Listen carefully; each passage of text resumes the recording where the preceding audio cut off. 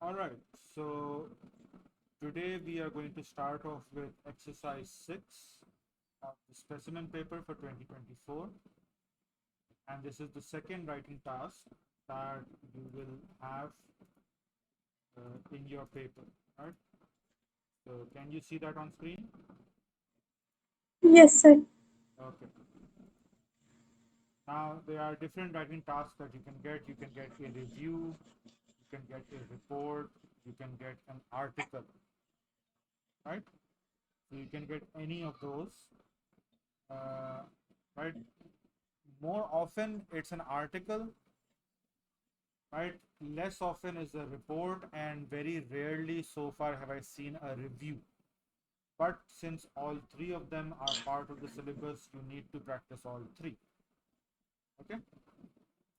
Now, Okay, sir. right, the way it's given now, according to the new syllabus pattern, right, they give you a situation as they've given over here. So your class recently took part in a one-day sports festival for local schools. The organizers want students' opinion about the sports festival, and you have been asked to write a report. In your report, say what was enjoyable about the sports festival and suggest how it could be improved, right? So there are two things they want you to focus on: what was good about it and how they can make it better. Okay. Now, to help you, they have given you 4 comments, which right are about the enjoyability and possible improvements. You can see it was a chance to meet students from other schools, so that is something that perhaps people enjoyed. There weren't many new sports to try, so that's something that wasn't enjoyable, and so you can use that for how it could be improved, right? So maybe next year they could have a wider variety of sports, more activities, different activities. I learned a lot about fitness, so that's something they probably enjoyed. Remember, enjoyment is not like the crazy jumping around, doing foolish things kind of enjoyment. It's that you found it good, you learned something. It wasn't a waste of time. It was something useful, right? So that's the enjoyment we're talking about. Acha, we spend too much time listening to instructions, so maybe that's something that could be improved the next time, right? Time management, make it more streamlined, more efficient, so that students get more time to actually engage in the activities rather than just listening to instructions. Now you're supposed to write a report for the organizers of the sports festival. The comments above may give you some ideas, right? Now they're saying may. If you look at this in terms of English, it means, yeah, sure, right? So you can get some ideas from these. And you should also use some ideas of your own. What this basically means is use the ideas that we have given, but go beyond them. So mention these, but not just these. Okay? Go beyond them. So that is what they are asking.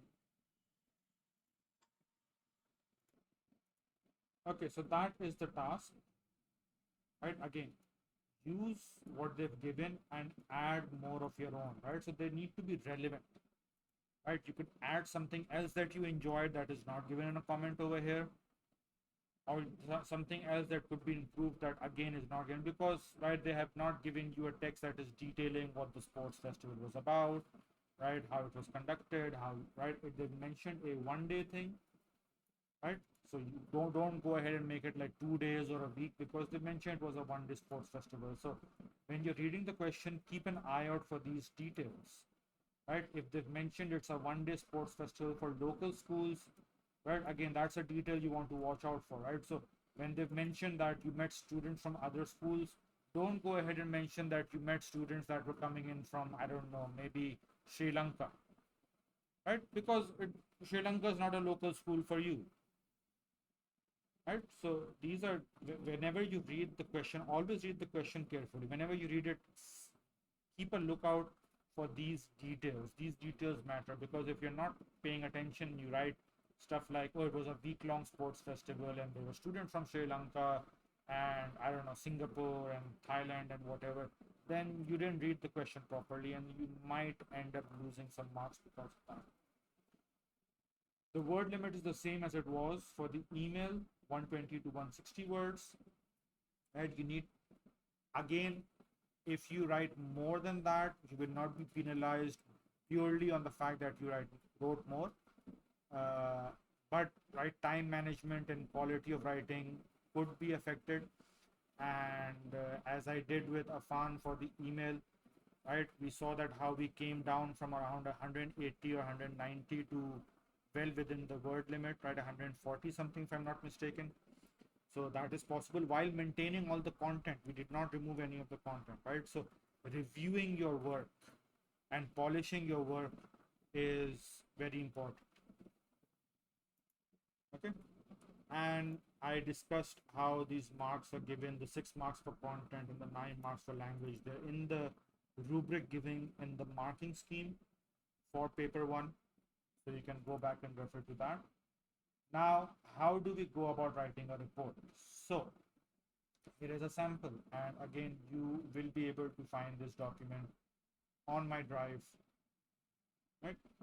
So let's take a look through this. The purpose of a report is to zoom in a bit. The purpose of a report is to give information and suggestions to the reader. Reports are a mixture of fact and opinion. Now, this is how they're defining the report for 0510, right? Otherwise, reports are factual, right? But again, because we are working in the limitations of a syllabus, and so we are going to work according to what the syllabus tells us. That is sort of a downside, but then again, right, that is what we have, and we're supposed to do that so that we get the marks, so that we get the grade. So reports are a mixture of fact and opinion. The audience of the report is often someone in charge or a teacher, so the language and tone of the report tends to be more formal, right? So formal, right? Task number 5 in your paper is informal email. That will always be informal, right? So you flip some of the things that are used in formal emails, like contractions. You don't use contractions. You don't use metaphorical language, idioms or similes, or right, other figurative, languages, right? So things to watch out for. The choice of words is going to be different. So a report may include headings, right? May meaning that's optional. We don't necessarily need a heading, but it's good to write one. So always on the safe side. Now, as far as, right, this is basically reviewing what you're going to be marked on for the 6 marks for content. So that's task fulfillment, whether the piece fulfills the task, how relevant the content is, and an awareness of style, register, purpose, and audience. Right, so all of that plus development of ideas, so the detail or the explanation provided for the ideas based on the theme that is given, which in this case is what was enjoyable and how it could be improved. Okay, so style, so formal style, register the the language you are using according to the formal style, the purpose and audience. Right, so writing to the organizer, so they're not necessarily people in authority for you, but they are in charge of the sports festival, and so you address them that way. Then the 9 marks for language, what do they cover? They cover range, and that means the complexity of grammatical and lexical structures. Right, so sentence structure, type of vocabulary using, all of that. Accuracy, the level of grammatical and lexical accuracy. So it's not just that you are using compound or complex sentences or using good vocabulary. Are you using it properly? I could use a word that's a very good word, but if I'm not using it properly, it's going to fall flat, right? The type of errors and whether these impede communication, right? So it's most likely that there will be errors, but are they affecting communication? Are they affecting the message that you're going to give? And if they are, how badly are they doing that? And finally, organization, right? So whether the ideas are organized and sequenced effectively, it's not just a random jotting down of points, right?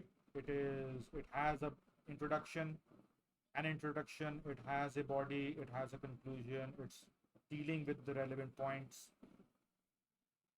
the range of linking words or phrases and other cohesive devices, right? And we saw this for the email as well, and for the review and article, it's going to be the same, because these are the parameters based on which you will be getting your marks out of 15, right? 6 and 9. Now, the kind of language that you require.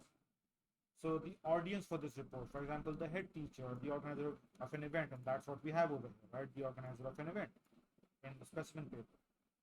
The tone of the report should be impersonal and relatively formal, right? Impersonal meaning not personal, right? So you don't know this person, right? And so you would write your report in the kind of language, using the kind of words that you would do when you are talking to someone you don't know.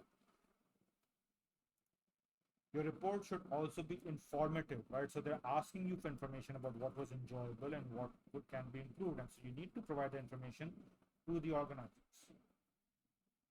To make your report sound more formal, use the passive voice. An example is, no food had been provided. So that's something you can use in this post, right? No food stalls were set up. Instead of saying, you did not set up any food stalls, which is kind of like, perhaps rude, and it's second person, right? And it's active.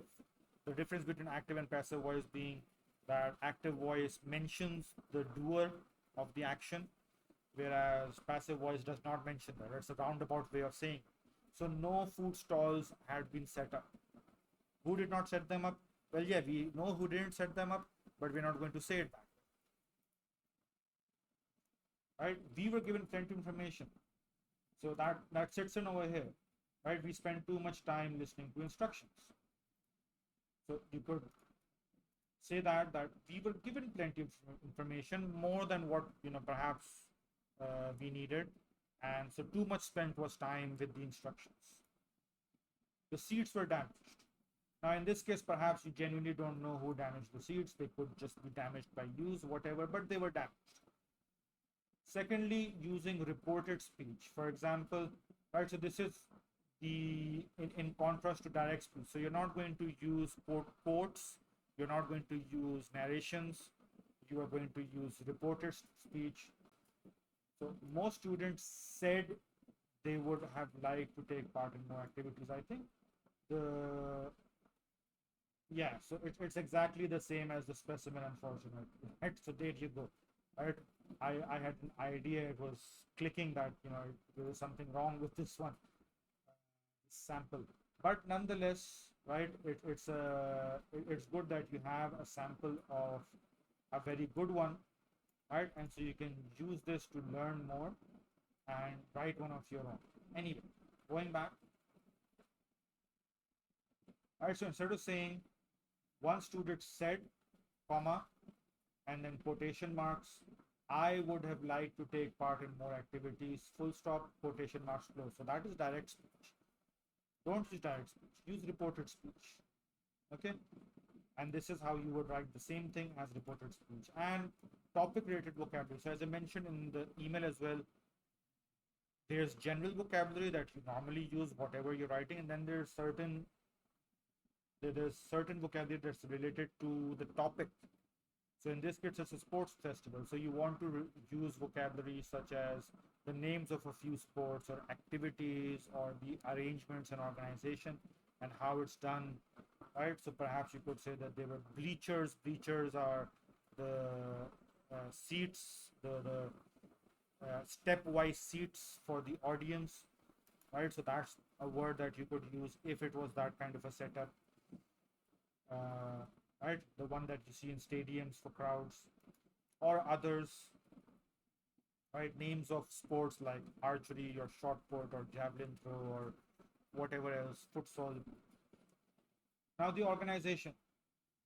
It should be well organized and clear. It often has a heading to show the reader what information can be found, right? So put a heading, put a main heading for a report, right? Do that. Even though they say it's often and optional and may, those are the words they're using, but do it. Subheadings, that depends, right? If you want to, if you can actually work with subheadings, that's fine. I don't go for that.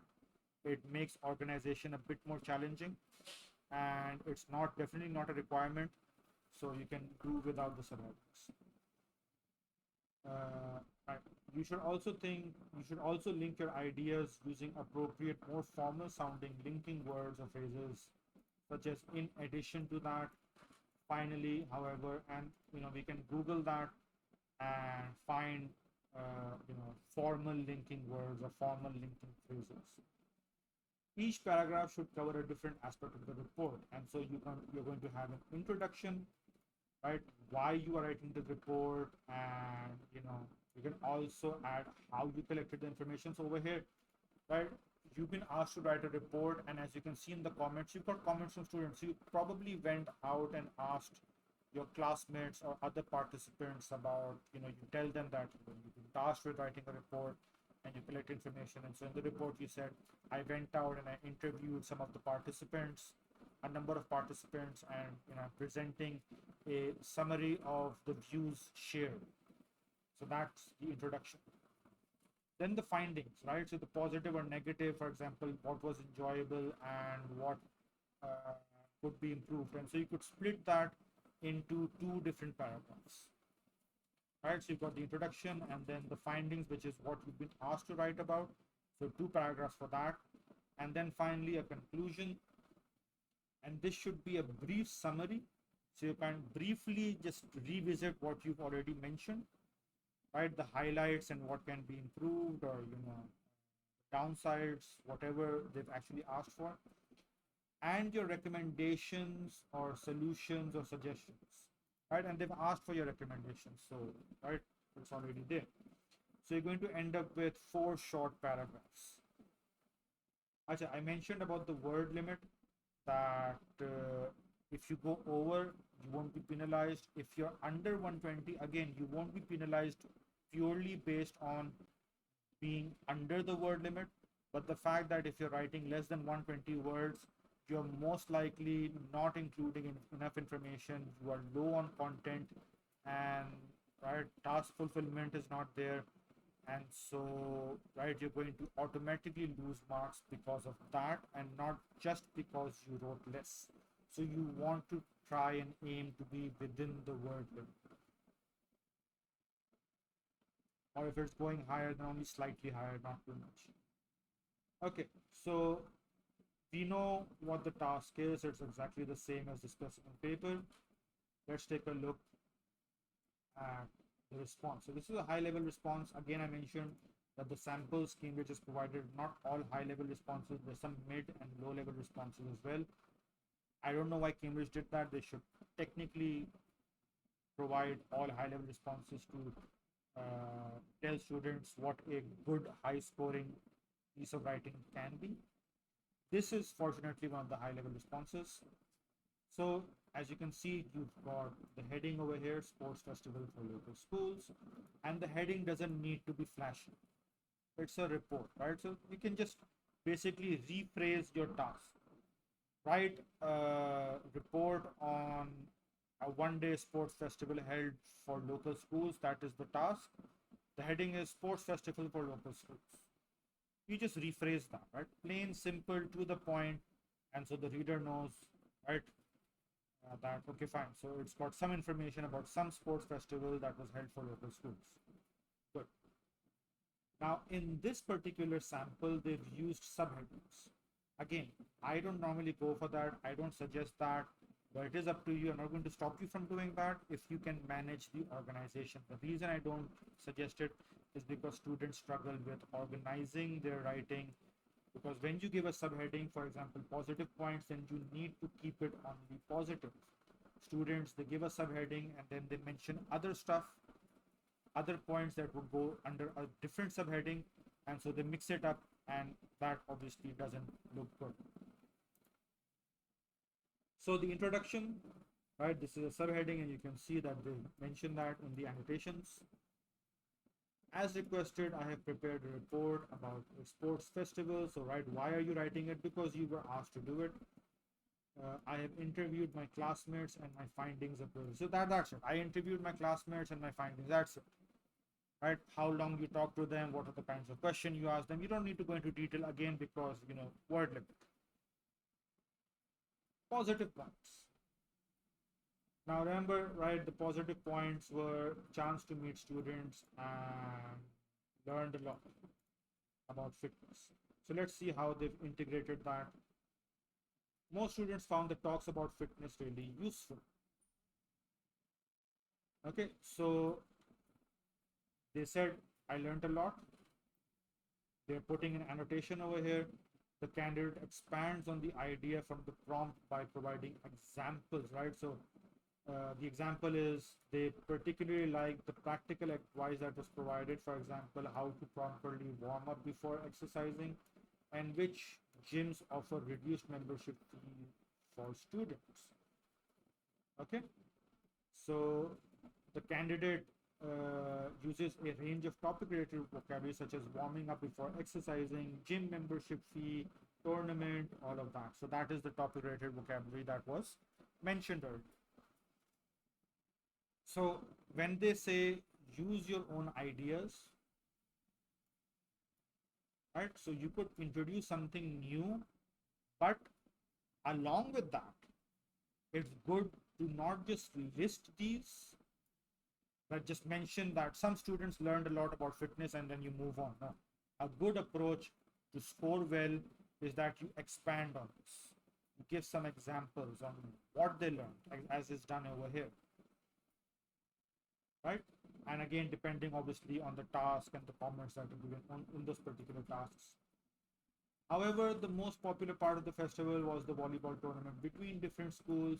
It was a good chance to meet new people and also to exchange tips on the best way to keep fit. Now, what they've done over here is instead of just plainly saying that, it was good to meet students of other schools, they've given context. That it's not that we just randomly met them because they were there, but we met them in the volleyball tournament, and that's what made the volleyball tournament popular, right? It became a highlight of the festival, and also it was obviously a chance because you're playing against students of other schools, so obviously you're not going to stay silent, you're going to talk to them, you're going to socialize, and so they mixed it in with the atmosphere of a sports festival. So yes, there is a bit of thinking that's going to go into it, and that brings us back to the writing process that I discussed in earlier class, that you need to plan it out before you start writing. Okay, if you're just going to jump in and start writing without planning it, then it won't be as good, right? And you can very well do something as good as this. Negative points, nevertheless. So this, you can see, this is a linking word, right? Nevertheless. So all of this, yes, but some were disappointed as all sports and games offered were relatively mainstream, right? So the variety of sports that was mentioned in the comments, and not new as promised by the organizer. And so again, they're giving context. It's not like the students just want the new sports, it was advertised, right? And so they were looking forward to it because it was a claim made by the organizers that they're going to get some new games as well, but they weren't there, and that's why the disappointment. Okay, so again, they're adding context to it. Additionally, this is another linking word. A few students felt one day wasn't long enough and some activities felt rushed. Now, they haven't really elaborated on this so much. Well, they have actually, but they felt rushed. So one day wasn't enough is what the comment said. And because of that, the activities felt rushed. So it's like quickly going over, not giving enough time. So, right, then they follow on into the suggestion. It is formal. So I therefore suggest allocating, and you can see the type of words that it being used, right? For example, I therefore suggest. This is not the kind of language you normally use. It's definitely not informal. It is very much formal. Allocating, right? Instead of saying keeping more time or having more time, you're allocating more time to the festival in the future.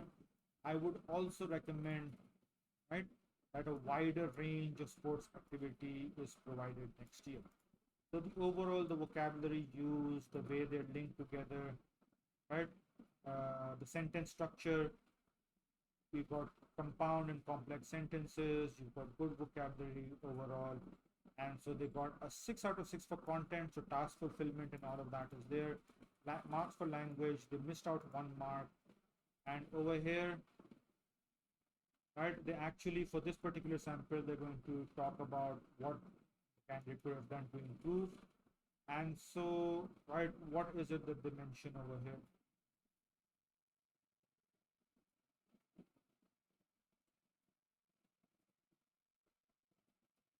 Okay, so despite using some less common vocabulary and a few more complex structures, this was one of the weaker areas. What was one of the weaker areas? The appropriate choice of vocabulary and grammatical structures further enhances the appropriateness of the form of a more formal tone, but this was one of the weaker areas where the candidate could have improved. So maybe they could have used even better vocabulary, even better grammatical structure. That's what they're trying to say, right? So it's kind of nitpicking, I would say, right? When a student's getting 8 out of 9, they're like nitpicking. Well, yeah, it's like one of those stigmas in English, where it's believed that, well, you cannot get full marks in an English paper. I don't personally believe that, but yeah. So you're just finding, oh well, this minor detail, I'm just going to cut 1 mark out of the total, and so you're getting an excellent grade anyway. But yeah, so this is a very good example. Now, your task, your weekend homework is, right, the question from the specimen paper, which is the same as the sample, but do your own, right? So give your own examples, give your own details, uh, add additional information, your own organization, see what you can come up with, right? This is actually helpful. We'll take look at it positively because you have a very good sample to learn from, and then the same topic to write on your own. All right. Any questions? No. No, sir. Okay, that's good. Now we'll be moving to, right, so that's done, and that's obviously something you'll be doing over the weekend. We'll be moving back to punctuations. All right. And we have some time. So that is a grammar topic that I want to cover along with some others that will come along in the future. This is something that is ongoing. So let's cover this. And so the last time I stopped while discussing the comma, and we had discussed 4 of its uses. So to separate items in a list that has similar words or phrases. And so that's one of the uses with the examples written over here. Then you have the comma coming before coordinating conjunctions in compound sentences, right? And the coordinating conjunctions are given by the acronym fanboys: for and not, but, or, yet, so. And so sentence structure is a topic I will be covering later on. Then it is used to separate words or phrases where there is a slight pause in your reading, right? Or if you are putting your speech into text and you paused while speaking, and so we're going to put that. So we had, in fact, lost all our money, and so those commas are going to tell you that you're going to pause slightly while saying in fact. And then to separate additional information in a sentence, John, our experienced guide, will show you the way, right? So experienced guide is additional information about John, right? But the main sentence that the information that you're giving is John will show you the way, right? So putting that in is giving additional information about John, and so you separated that using commas.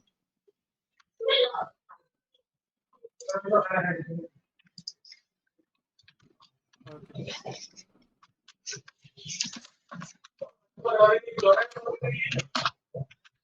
Now, another particular area where commas are used. So when we have a complex sentence and the subordinate clause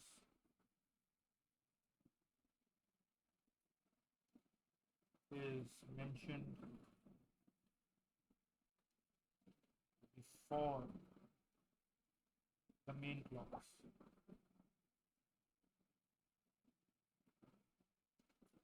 right? And so we use a comma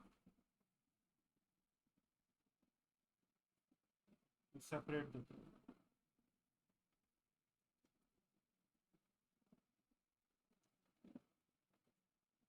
An example is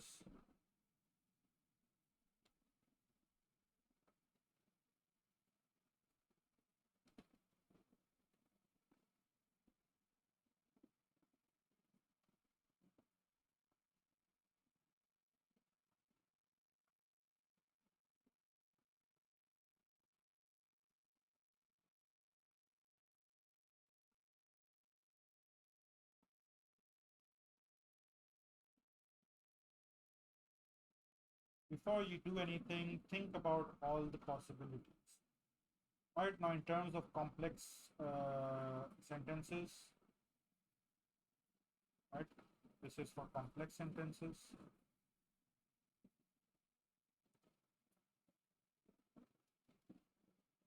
And so before you do anything, that is the subordinate clause. Think about all the possibilities. That is the main clause.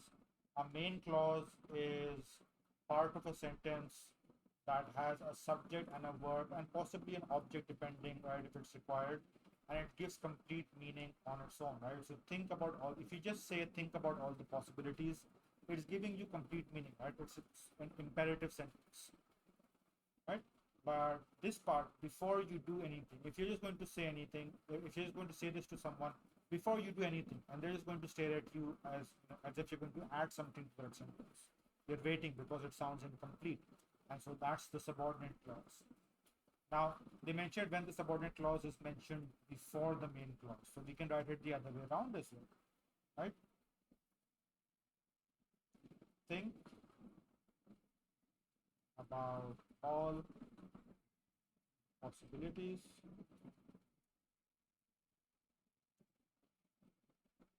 before you do anything.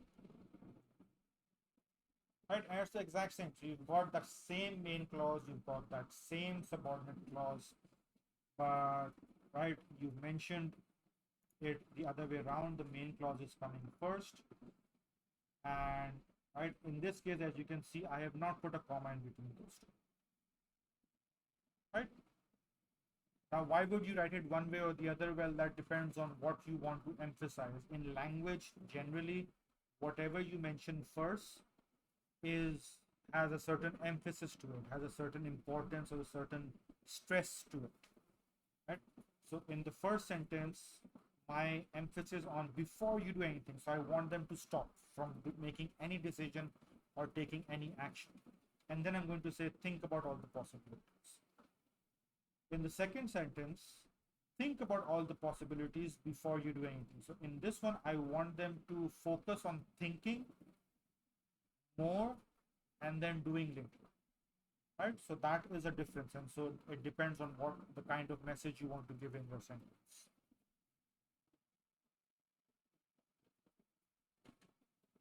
Then commas are used in direct speech.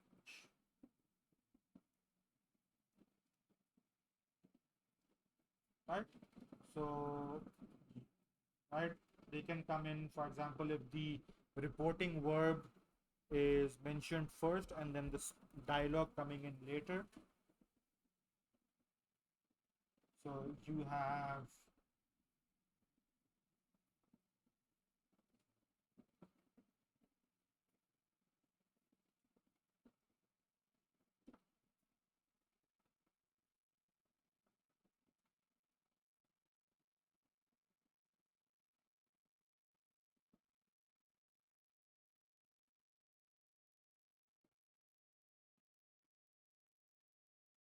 right, Syra yelled, I'm not taking part. And because she's yelling, I'm using an exclamative sentence, right? And so you can see over here, I've used a comma before the actual quote. You can flip this around as well.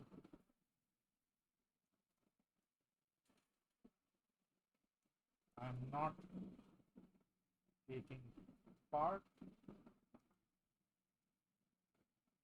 right? And just for the sake of clarity over here, I mean, in this one, I'll put another example, right?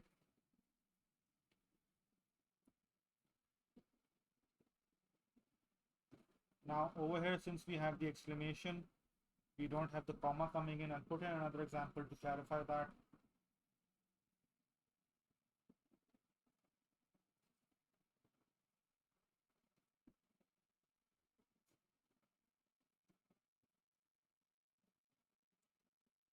And then you have a comma, and then the inverted commas close.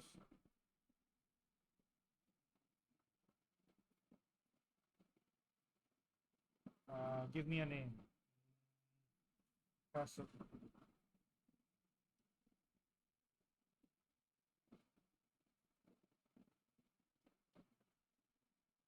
Right, and so the reporting verb is coming in after the dialogue, and so you have a comma separating that. And in some cases, you can have the reporting verb, you can split the dialogue. For example, if I just take this one and try to split it, I think,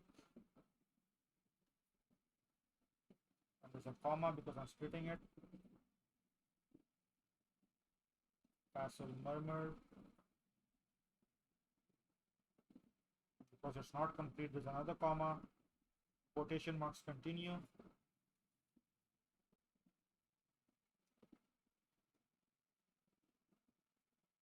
And then because the sentence is complete, you're ending with a full stop. Quotation marks closed. Right? So the focus on comma, but we see, the different ways in which direct speech can be written. It's not always said, right? You can use many other words for this: yelled and murmured and spoke, and lots of others. And the styles, obviously. So that's something to keep note of. Commas are also used in letters, right? So with the salutations at the beginning, at the end, use commas. Now let's move to the next. Punctuation mark, which is the apostrophe. So I'm going to do that first. Right? We did the capitalization, the full stop, the question mark, the exclamation mark. Right? We just compared the comma, and so I'm going to do the apostrophe for today's class because those are the ones I mentioned are more relevant.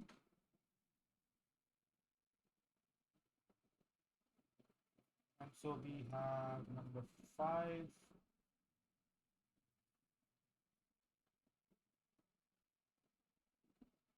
The apostrophe. Right? And it has two uses. One use is contractions that you're familiar with.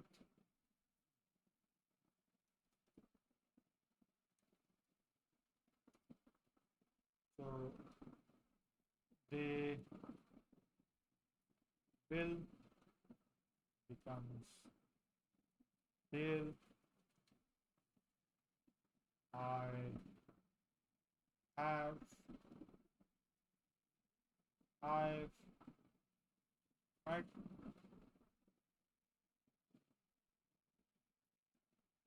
She would,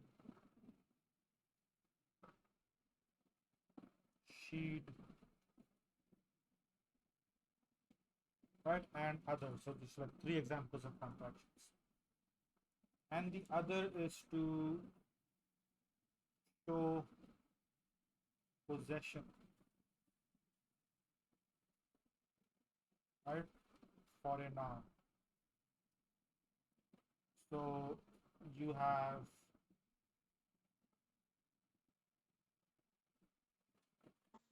Sir, just a minute.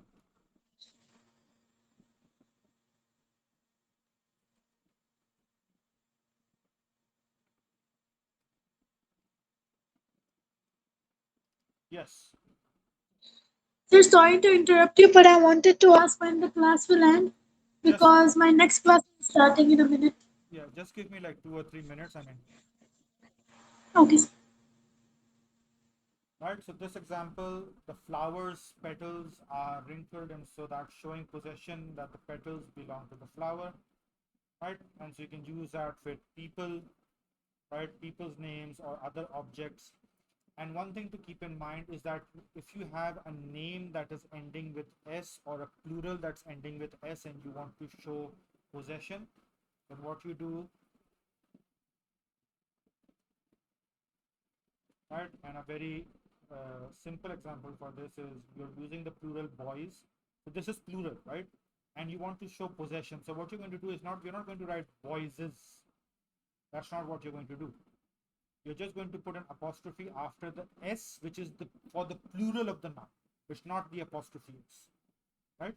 So you're just going to put an apostrophe after the S, that's for the plural, right? And the boys, and you also just pronounce it boys, you don't pronounce it boyses, right? The boys' bags are in the bus. All right. So that is the apostrophe, and right, most of what the you'll be using, and that completes our topic for punctuation. So if there's any questions you can ask, or you can ask me later, right? And that is for today's class. You also have your weekend homework. So have a good weekend and have a good attempt. Allah Hafiz. Allah Hafiz. Enough is sir. Allah Hafiz.